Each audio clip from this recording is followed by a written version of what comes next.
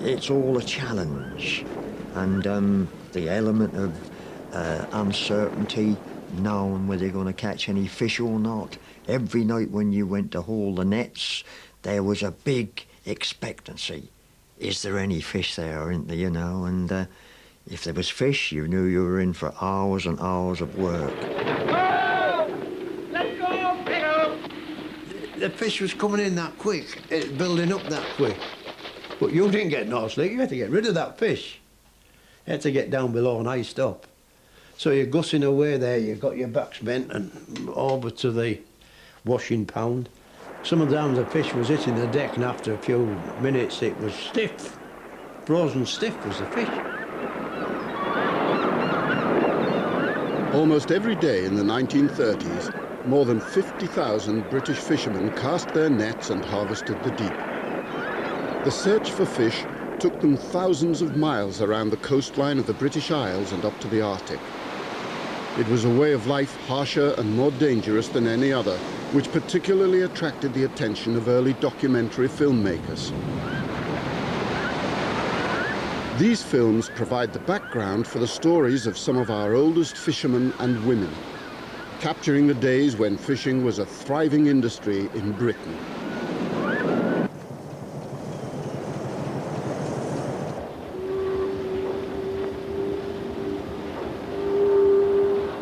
Many fishing ports were one-industry towns, with virtually the whole community employed catching, landing, packing and processing fish. Lowestoft was one of the main ports for herring, which had long been a staple food of the British working classes. Massive quantities were also exported to Eastern Europe. The herring industry had peaked before the First World War. But even in 1930, there were still 250 boats in the Lowestoft fishing fleet. George Rushmer began work here in 1935.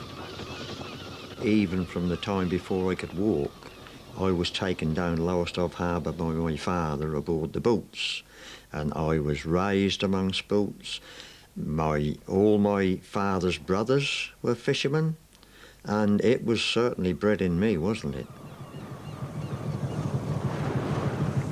There's no doubt about it, there was a bit more money to be earned at sea than any job ashore, being a school labourer with no qualifications or nothing.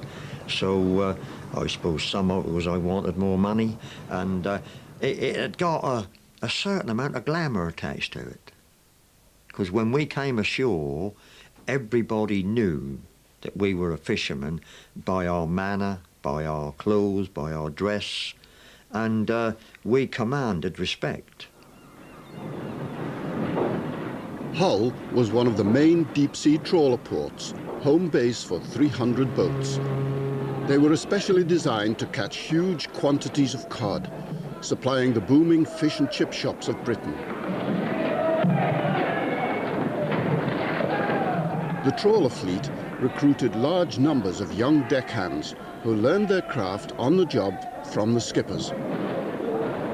Harry Downs first went to sea as a 14-year-old in 1932. I always remember the skipper, Joe Kenyon.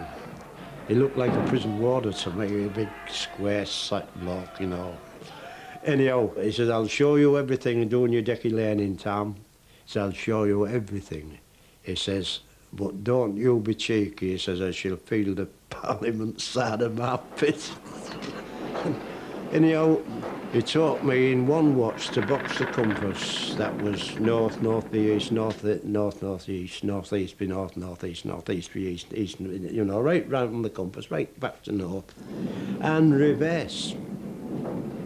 Any little advice to me, it was always in the poetry, you know.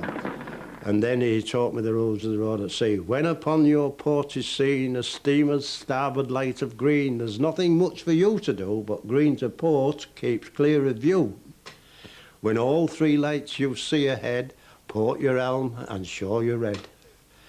When in danger to act is proper, port or starboard, back or stopper.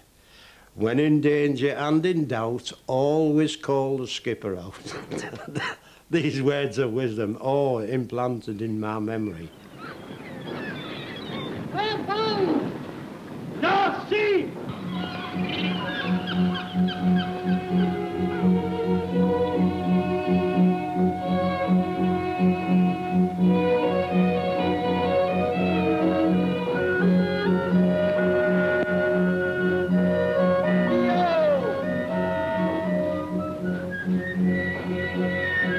Fishing boats were renowned for their cramped and unhygienic conditions.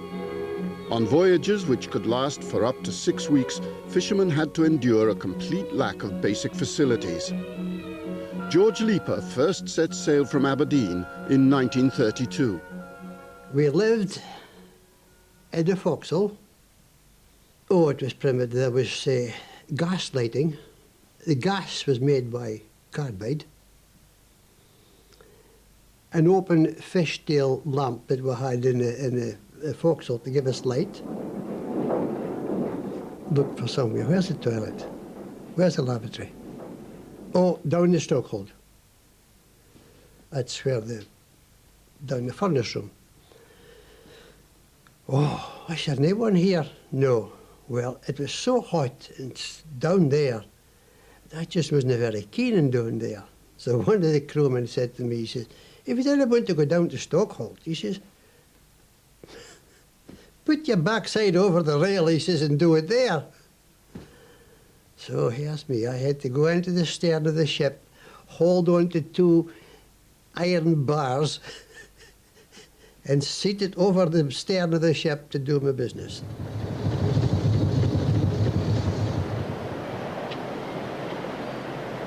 The herring drifters normally operated within 50 miles of the British coast. As soon as they arrived at the fishing grounds, the crews had many hours of work ahead of them. At dusk, they shot their nets in a line about 1.5 miles in length, hoping to catch the herring when they swam near the surface at night. Then it was time to grab some sleep. Once you get called out of your bunk, the cry used to be, "Buskiro!" That was the call to arms. Whoever the watch was on deck, the skipper would say, "Call them out." And he'd come to the top of the cabin where you were asleep, and you'd be in the deepest sleep imaginable, way down. But from the time you were called out, do you know you'd got about 5 minutes? And no more. You'd still got your trousers and that on, but you'd crawl out of your bunk still asleep, and you would put your waterproof oilskins on, you'd put your thigh-length rubber boots, all the gear, then you would walk forward, and you'd still be asleep nearly.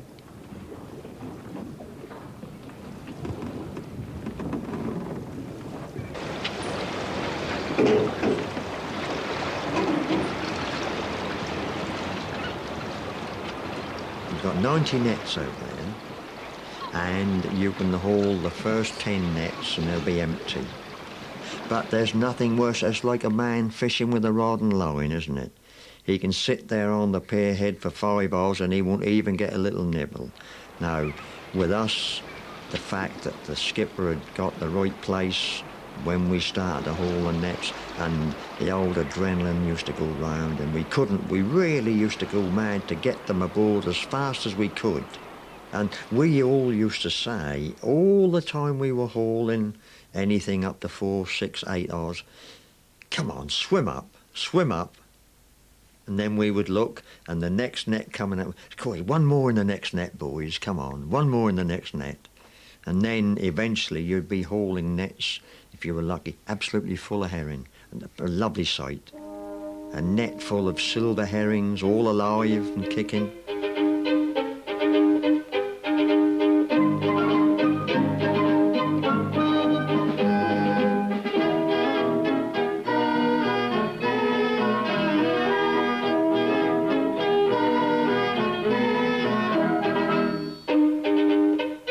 Drifters followed a seasonal path around the British Isles, pursuing the vast shoals of herring. In the early summer, most of the herring were caught near the Shetland Islands, but by the autumn, the best fishing grounds were off the Norfolk coast. The catch was brought to the nearest herring ports, and from September onwards, Lowestoft and Great Yarmouth became boom towns. We would tip them out of our baskets, and then we used to land them onto a little bogie, 4 wheels. You used to put 2 crown on a bogie, then you had to push it up to where the Scots girls were working. Every year since Victorian times, thousands of women from Scotland had followed the herring around Britain, gutting the fish on the quaysides. The Scots girls, as they were known, had learnt their trade in their home fishing communities in northeast Scotland, like Peterhead, Fraserburgh and Buckie. The journey south of the border provided the chance for women to earn badly needed money throughout the year. Mary Cool from Peterhead travelled to Great Yarmouth with her sisters every autumn from 1920 to 1939 to gut the herring.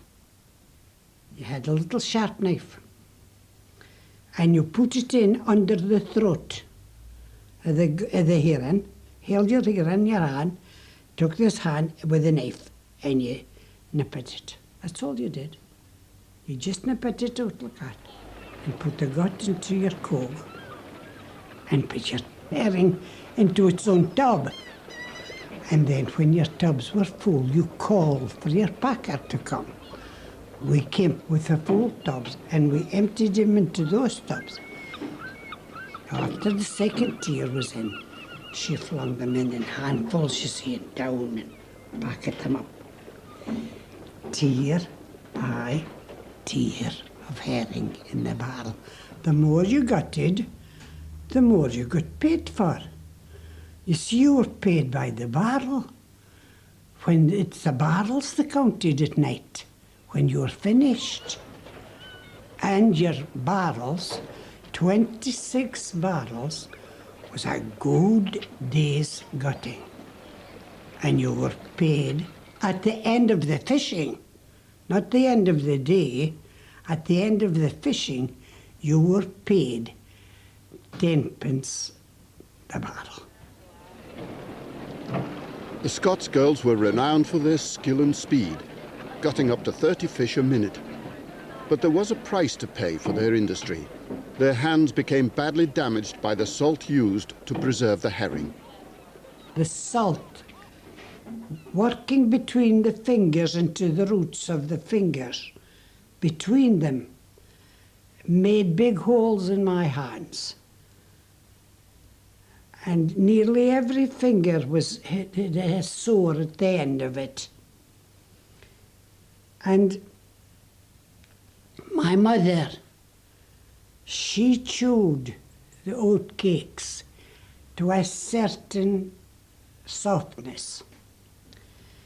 And she took it out of her mouth and put it into those holes, filled the holes up with oatmeal. And then I put on the cloths for working all day. I worked with that until stopping time at night. We never lost 5 minutes at our work. Sore hands was no excuse.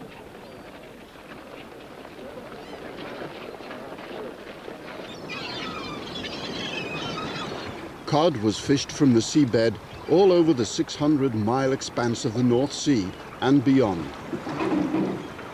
A full net of cod was so heavy, a winch was needed to help the fishermen bring the catch on board the trawler. Unlike herring, cod needed to be gutted as soon as it was caught to prevent it rotting on the long voyage home.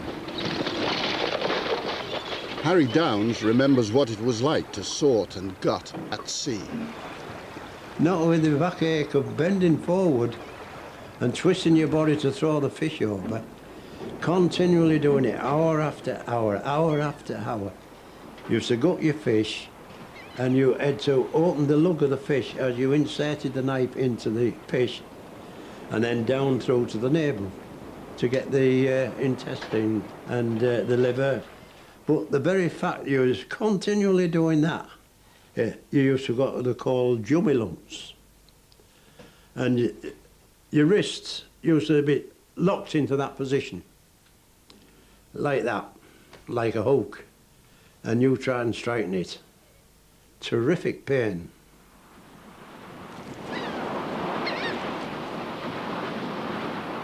North Sea cod was generally fished by fleets of trawlers, a practice known as box fleeting.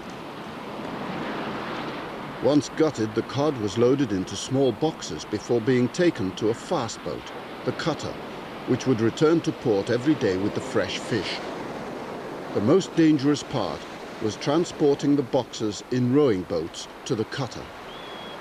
In the morning, a cutter used to come off from Hull, and it used to lay, and the Admiral used to put his boarding flags up. And these boarding flags were a signal that the weather was good enough for you to get the small boats out and load the boxes of fish that you'd caught overnight. Maybe 30, 40, 50 boxes of fish in the boats. These 14-foot, very strong boats are there.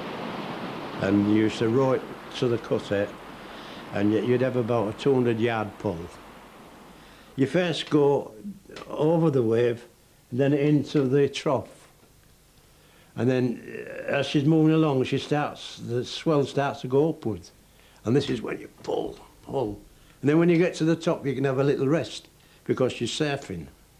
And then she's going down, and this is when you ease up and you're following it, and then as soon as you start to do that, you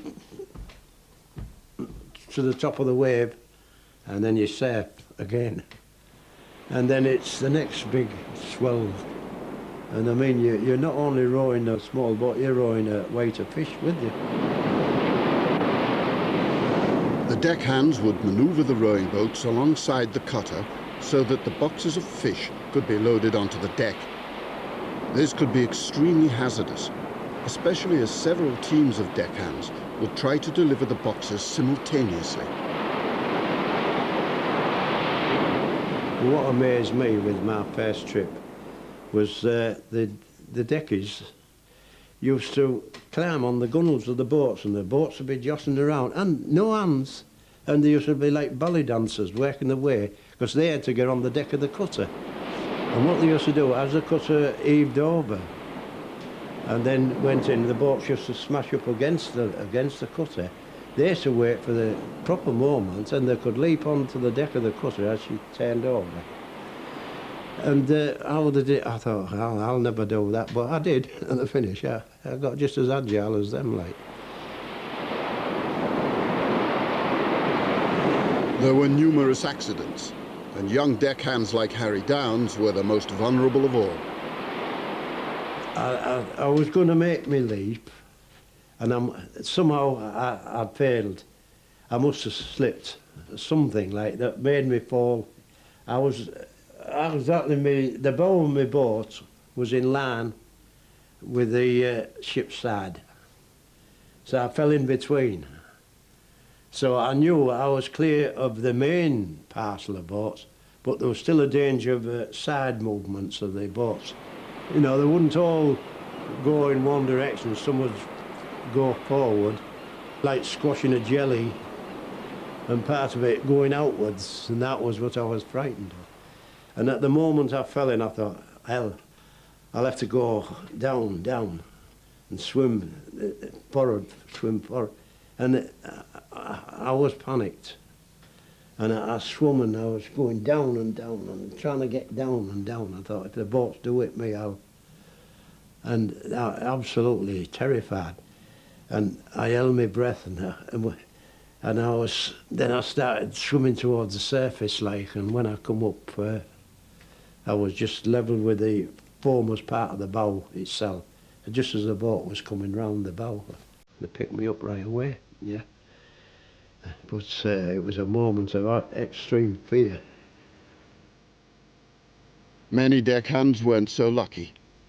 Around a quarter of all deaths of deep-sea fishermen resulted from accidents on the rowing boats, making it the single most dangerous job on the trawler fleets.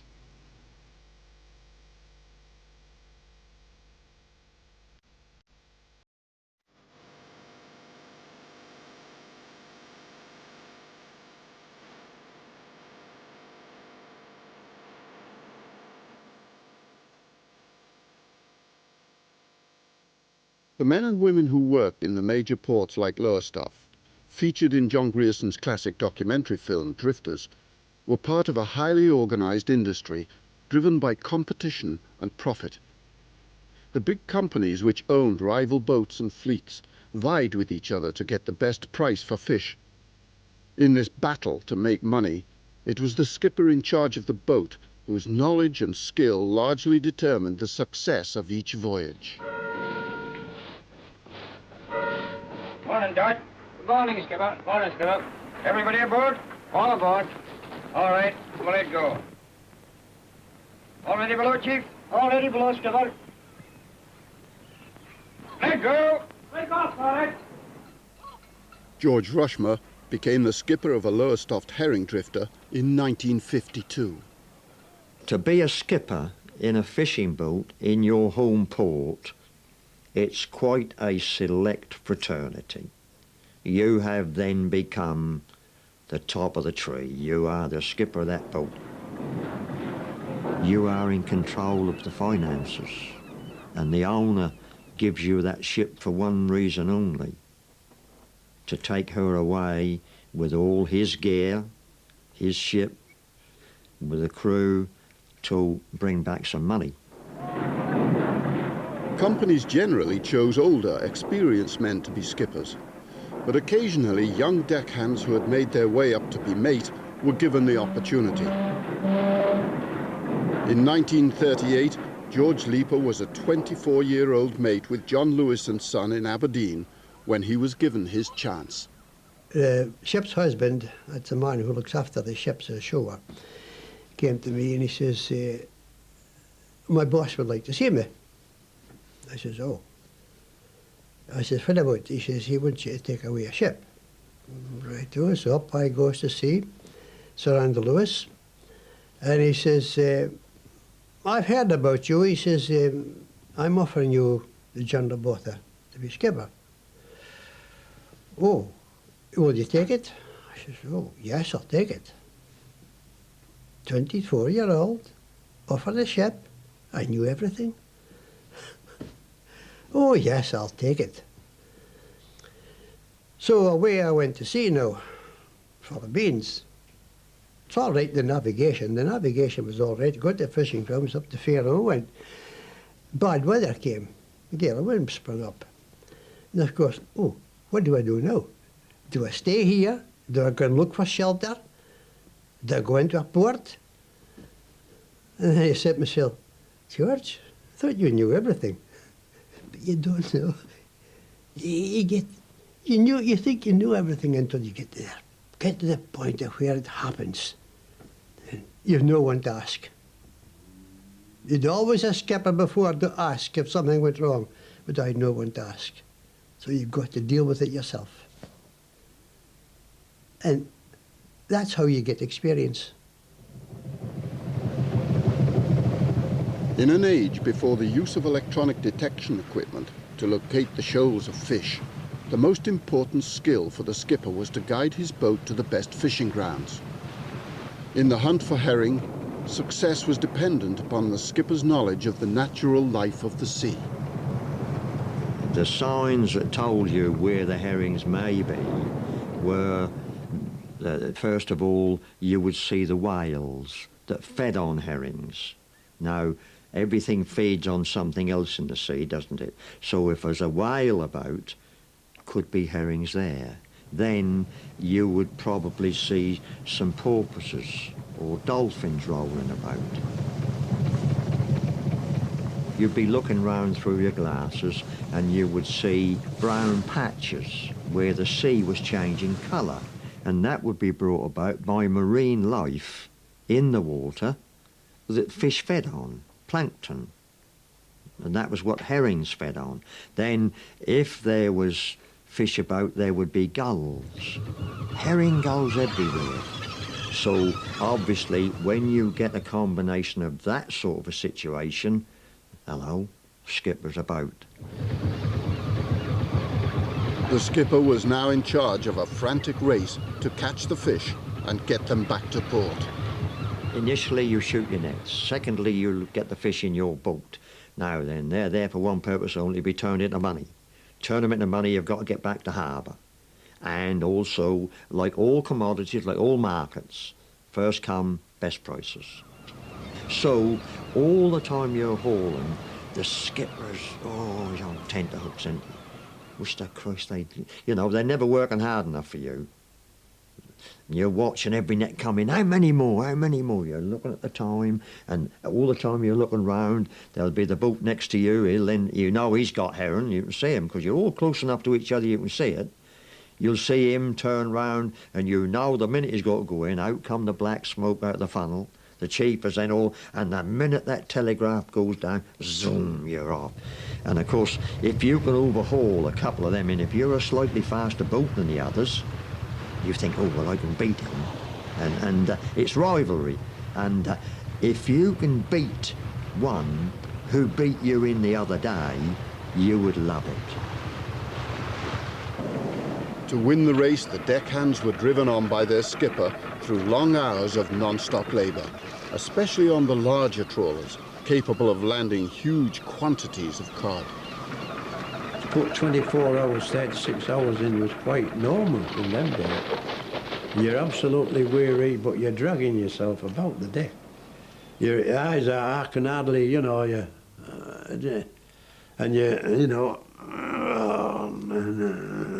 doing that. You're trying to keep yourself going, you say, this is it. This is when you're really ready to just flop out. It's just willpower that keeps you going. And this is what the fishermen were like. They were very obedient to the skipper to the point of falling down, collapsing. Crews were paid a small nominal wage every week they were at sea, but much of their income was dependent upon a share in the price their catch fetched at the quayside. As soon as the first boats arrived, buyers gathered as samples of the catch were auctioned. A good price for a catch could double the income of the deckhands and bring the skipper a handsome reward from the boat's owner. How much? 85 bob the start. I'm at 85 bob. 85 bob and a half. 85 and a half. 86. 86. Up and a half. 86 and a half. The minute you got in and moored up, you would be ashore, and the skipper always went to the sail ring to watch them auctioned. And you would watch your catch sold straight away. Then you would be able to mentally calculate what your gross earnings were going to go up by, because you were responsible for making that money, weren't you? And if you came in and you got a good price, a very, very nice feeling if you knew that you were going to be about £400 or £500 go on your gross earnings from last night's work. Even the trawlers fishing 1,000 miles away off the coast of Iceland felt the constant pressure of the race to catch fish and get back to port. On the journey home, some skippers would take risks to beat their rivals. I remember once there was 3 of us left the fishing grounds that night to go home. And we'd all good catches, every one of us. I said, no, we'll have to go all out to get into Aberdeen first. A long way to go, of course, mind you, with 900 miles to go. But going towards Reykjanes, such a point in Iceland, it came down thick of fog. Now, I spent a whole night on the bridge of that ship, taking the depth of water, getting direction finding, until I went round the point of that land, till I got through to the other side, and then away we went. Now, my other 2 pals, they didn't do that. They stopped before they come to that place and waited until the fog cleared next morning. See, I got into Aberdeen long before they did. Now, that has got to be, you've got to spend hours and hours on a bridge. If you don't do that, then you're not successful. All successful skippers spend a long, long time on the bridge. But occasionally, the pressure to win the race led skippers to overlook the safety of their crew. George Sabaton, a married man with 3 daughters, was a deckhand from Lowestoft. On the 17th of February 1937, he set sail on the Beacon Star under an inexperienced skipper on the annual voyage around the Cornish coast to fish for herring. They were sailing to Padstow, and they always called in to Newland if the weather was bad. But Dad, skipper, carried on to go to Padstow, even though there was gale warnings. But he was one of these very ambitious young skipper, and you know, he always wanted to be first. On February the 20th, after 3 days at sea, the Beacon Star and her crew were reported missing to the Lowestoft port authorities. It was the job of the local port missionary to visit families to break the news in these circumstances. George Sabaton's 15-year-old daughter Gladys was at home that day. I was sent home because of, you know, I was incapable of working. And I'd only been in the house about 10 minutes when I was telling my mum why I was home from work. She was there by herself. And there was a knock at the door. And she opened the door and saw the port missionary, and she knew there was something dreadfully wrong, which I wasn't quite aware of at that second, you know, and because she collapsed, she fainted in the hall, and I was by her side, and I went to get her a drink of water. He sort of cradled her in his arms, and we gave her a drink of water, and that took the edge off it for a second, you know, because I had something to do. I had to look after Mother, didn't I? But as soon as my auntie came in the back way, and you know, and she came in and saw what had happened, and she took over. Well, then of course I could let go. Then I was upset. Then of course, I didn't think he was lost. You know, I just thought that they were missing. Like, you know, and you never give up hope, do you? Not straight away. You can't, can you? But my mother knew that when the port missionary come, they don't come tell you they're missing. That is final. But I didn't know that. And so I still had this feeling that he would turn up, you know, that in 2 or 3 days perhaps they would find him. Oh, they were in a little boat or something like that. You didn't really. I didn't really give up that he'd gone. That then, and then of course they had the memorial services, and because we went to the Bethel at Lowestoft, which is the fisherman's Bethel, and all the other members of the crew's wives were there and their families, and then you realise that yes, he had gone. But you still didn't come to terms with it properly because he didn't have a grave, I suppose. I mean, being 14, 15, you still had that hope that something would turn up. I mean, it was 2 years before the piece of the little boat with the ship's name on was picked up near France. And then you knew it was final, didn't you?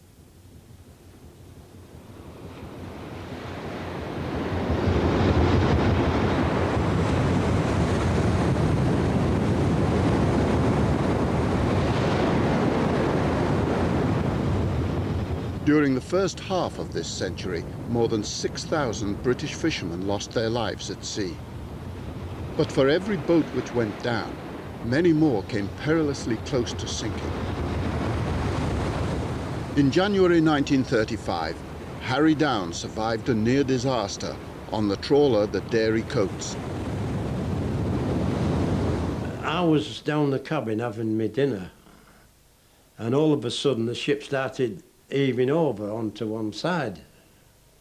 So I struggled to get on the deck because the companionway was the wrong way up, so I was practically walking up a backward slope. Anyhow, when I got on the deck, it was howling and everything was whipping through, like spray was whipping through all the time. And I could hear this howling sound. And I gripped hold of the door side, you know, there was a metal handle on it, and I was holding on to that like in death. And the ship then suddenly started to raise herself back. But what I didn't realise was the nets I'd paid over beforehand acted as a sheet anchor, stopped the ship turning completely over on her side. And she was there, and the net was singing with the tension on it, like, you know, the wires of the tension. It must have been a hurricane force wind that hit us. And these heavy seas turned the ship, and of course we lost part of the catch through, you know, rolling and rolling over, like, you know, with the heavy seas, because it was full up of fish, like.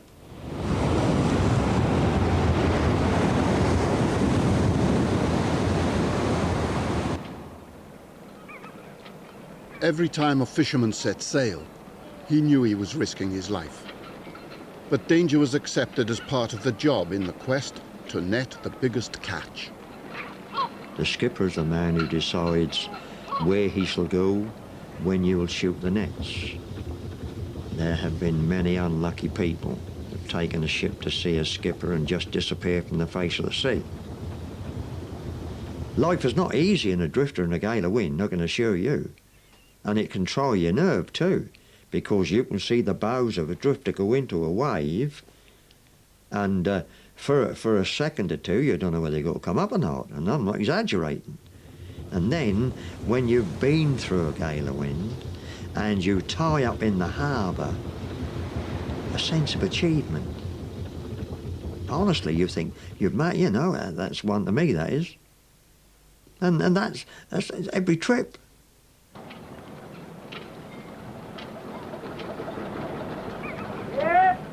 In the 1920s, there were more than 300 herring drifters in the Lowestoft fishing fleet.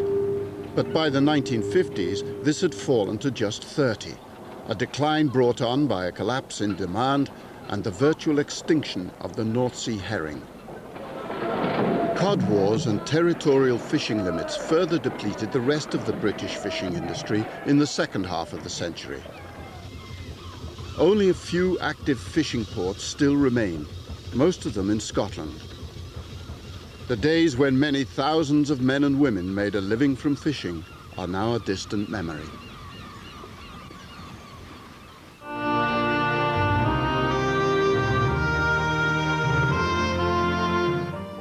The series concludes next Saturday with a look at the Second World War through the eyes of those in action at sea. That's at the same time, 8:10 here on BBC Two.